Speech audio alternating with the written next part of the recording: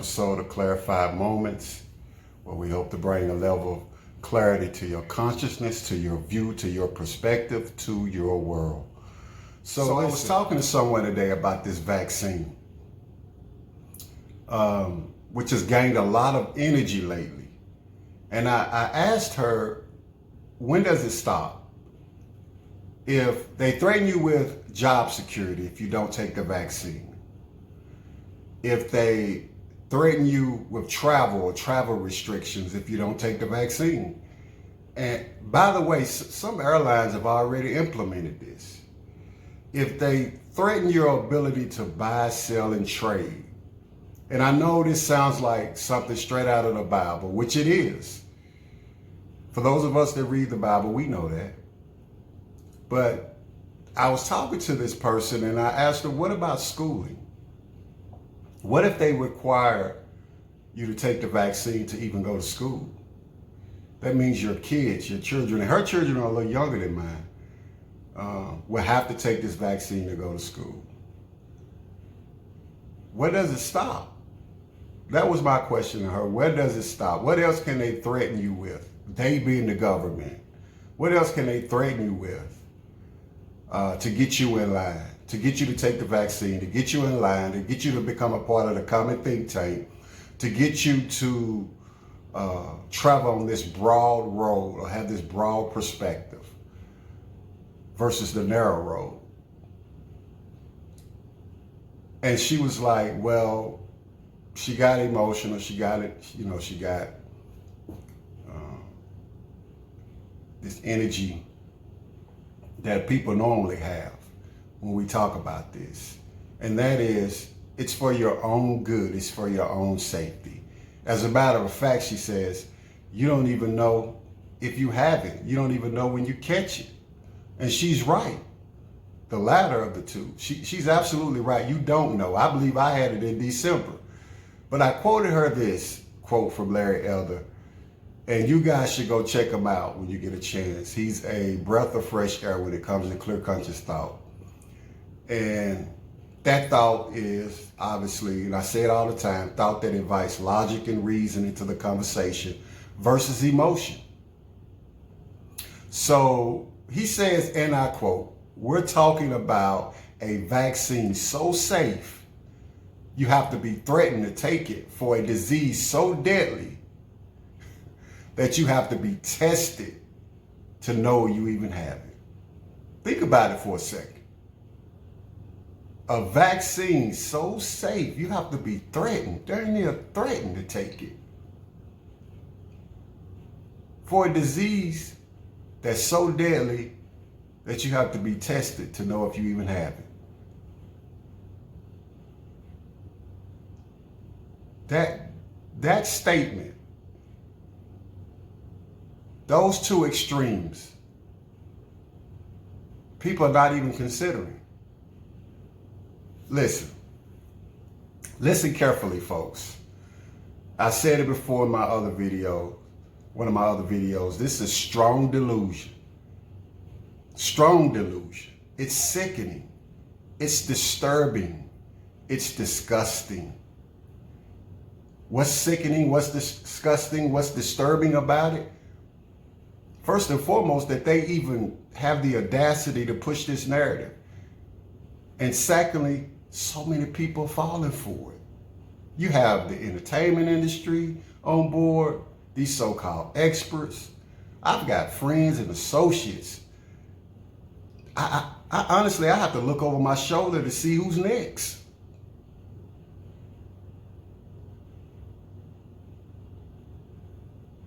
Where is the clear conscious thought? Where is the ability to think with logic and reason versus emotion? Where's that? I've had to have some very direct conversations with some family and friends, with some associates. And most of them, after we start the conversation, most of them see where I'm coming from. But hopefully they'll see, what I really want them to see is the passion to giving testimony to the truth that I have.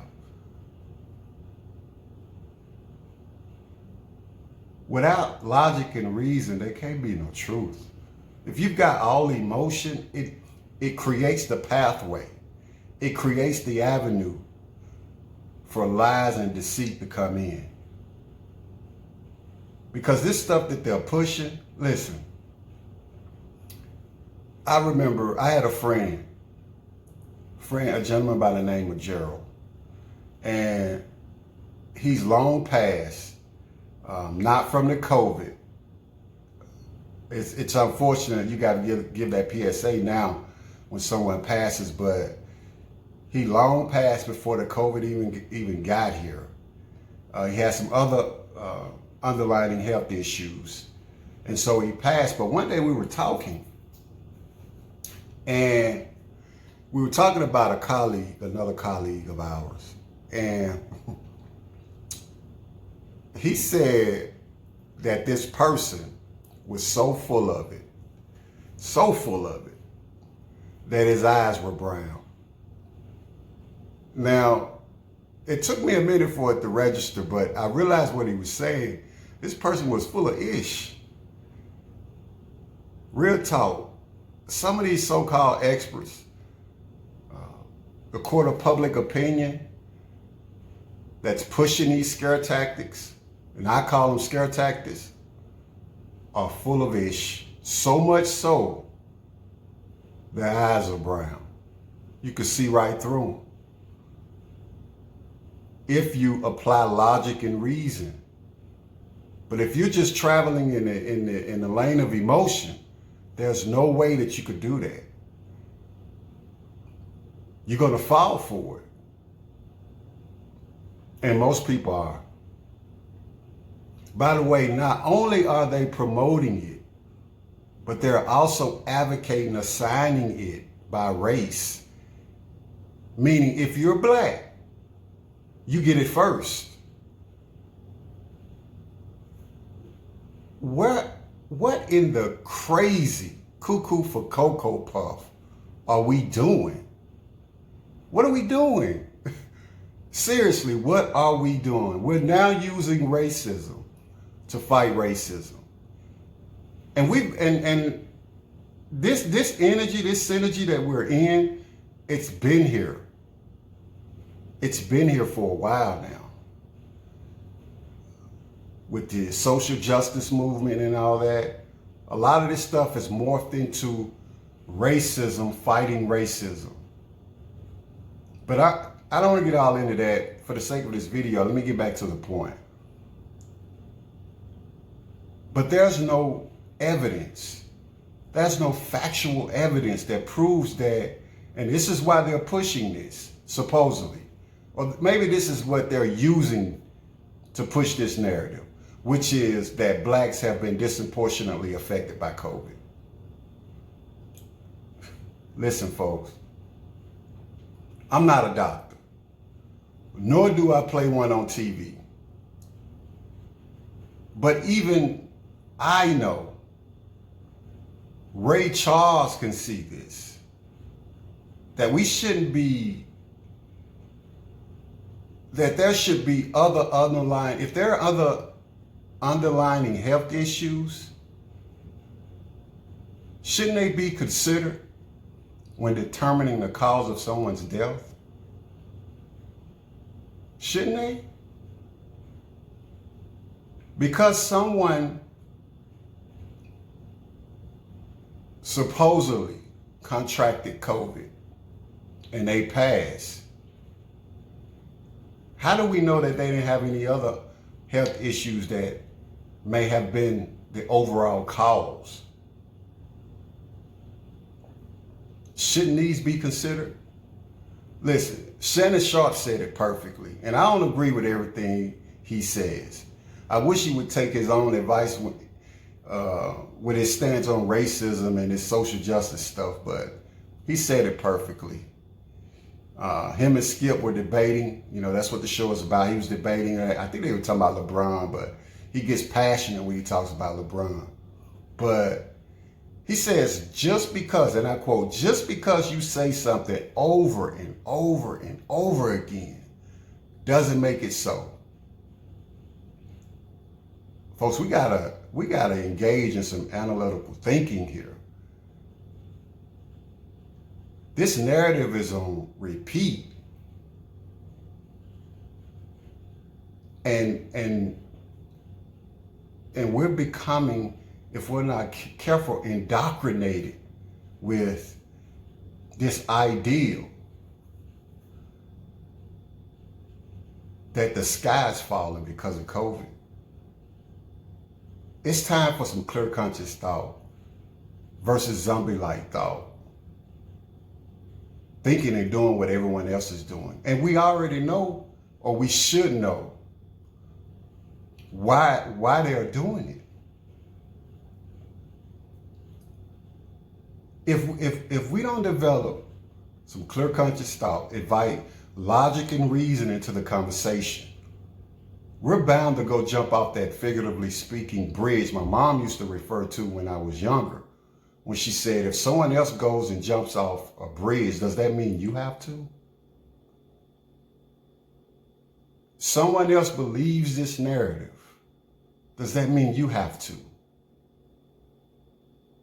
This narrative that this vaccine is absolute. It's absolutely safe. It's absolutely necessary.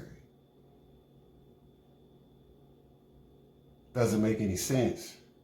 Especially since we've had other vaccines that have been here for years. I don't even say years, decades, that haven't been proven to even work. The flu vaccine, it doesn't work. But they rushed this COVID vaccine through 6 months, 8 months, and all of a sudden it's safe and it works. You guys comment in the comment section. How do you feel about Larry Elder's statement? Is Shannon Sharp's statement absolute in most cases?